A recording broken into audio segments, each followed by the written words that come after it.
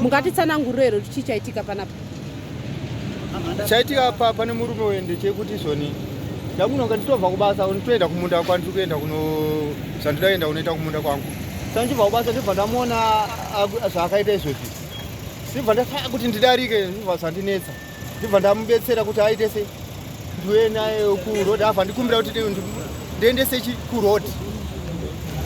Saka kuti ndikwanise kuita sei mudzimai akwanise kundiona paroad. Ndosaka ndazouya naye panapa. Tinonzwa isusu kuti vanhu vazhinji vendi kana mbavha yabatwa vanorova. Ndizvo here zviri pamutemo zvekuti munhu abanorova? Zvitondishamisa kuti zvoni. Marwero acho aya atondishamisawo zvakafana. Muri kunzi mabechi inhai hanzvadzi. Hanzi? Asi ndapa matomato sauce $5. Matomato sauce acho wakubata imwe nawe. Ndasina azinyasa kutonzwa ndoda muzera kutika pano. Dzadzanga. System yemunhu ari mumawa haichafunction pano. Saka vakuitai sei? Mama. Avharirwa murumu ngarohwa. Avharirwa murumu.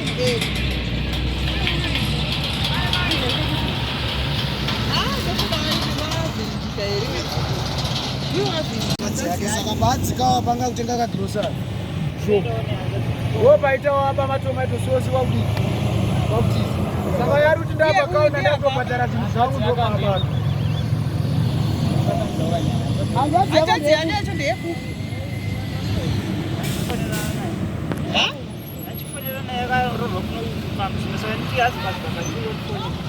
Vayopo namba dzionadzo? Tora foni. Ko mukadzi wenyu haana foni namba here dzeanzvadzi? Aya, mukadzi wacho haana namba dzatete vake. Namba dzeanzvadzi achakuti Aiwa anenge anadzo. Asikana pamwarowa si. Mai wakatara.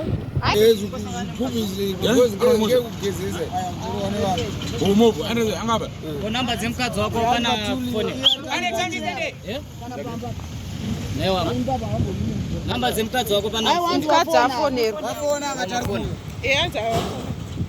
Munhu angari communicate isusu tatobva ukamusuma tazokamira namvara. Ndoma tatobatsirawo. Mochanda kupi mkwashi? Andisha. Kupi boko?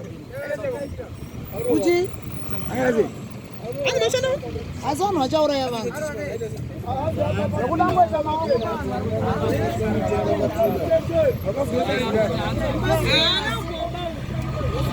Kunyangwe apa hakuna munhu ane mvumo yekurova kusvika pakadai. Hakuna munhu anorova munhu asiri mutemo chero adzamba zvinhu.